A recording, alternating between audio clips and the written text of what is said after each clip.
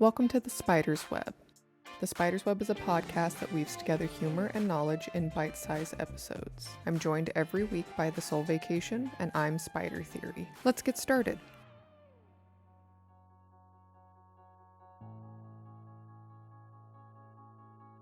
We were talking about the idea that comics can freely say anything they want. Comics as in comedians or comic strips like comic books? Comedians.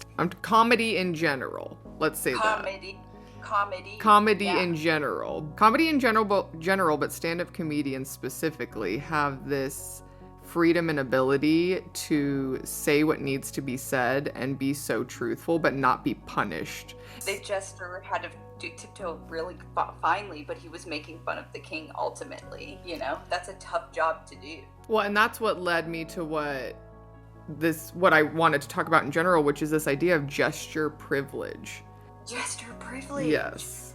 Oh my god. So this is an actual term.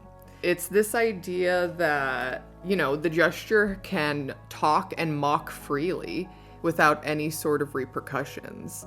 And we see that even in modern day. Presidential dinners where they'll invite comedians to come up and roast, like, all of the politicians. Yeah, right. Oh my god. Which is interesting because when you're looking up stuff about gestures and the history of gestures, it says that it ends. It has it's like, oh, gestures fall out of popularity. And I would argue that they just kind of changed what they look like. They're more metamorphizing.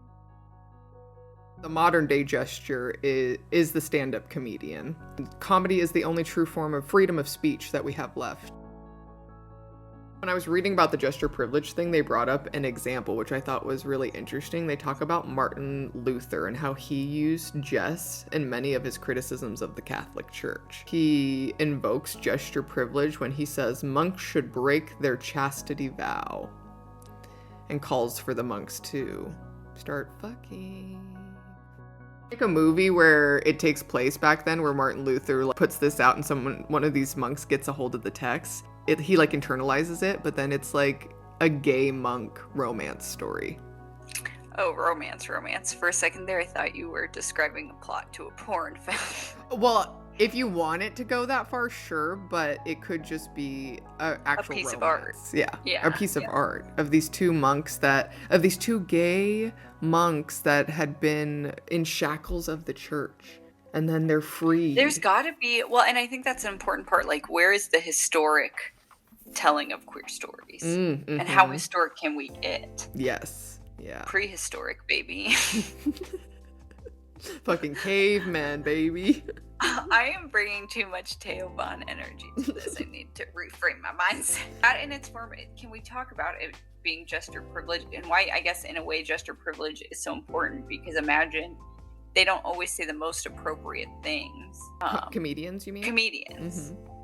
Yeah, and then imagine if they're canceled and then what comes from that, you know? Mm-hmm. And maybe that's like, I understand that there are some people who need to. They've done things very severe and they should reinvent themselves, blah, blah, blah, blah, blah, or even be canceled. And so I think Teoban is an example of that because sometimes he says things that I'm against what he says. Yeah. But I guess and maybe that's being a mature person is saying I don't believe what you're saying. Mm-hmm. Yeah, and you know, when you're talking about how some comedians have been canceled for what they said, when we go back to a gesture, if we think of it during medieval times, a gesture's job is to entertain the king without offending him, and if he offends the king, he dies.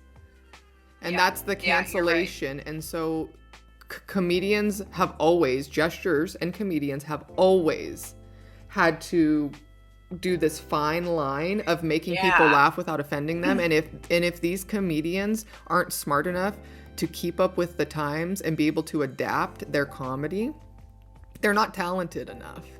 Because other people have. Yes. Other people have. Yes. Damn. That's the show, folks. Yes, people are getting canceled, but it's almost different. That's not the Jester Privilege. They have failed to meet up to gesture standards. Did you see any similarities in the tarot and gesture? Ooh, that's interesting, because when you immediately think of the Jester and tarot, you think of the Fool, and we've talked about the Fool before.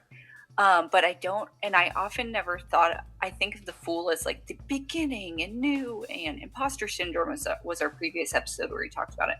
But I think there's the other hat to it, which is this superficial gesture. And what, like, can the card come up and mean playing the part sometimes in our life? And that's a journey too, when we have to play the part. And I think that's damn. And that ties right back into the imposter syndrome. That's how you get over it. You play the fucking part.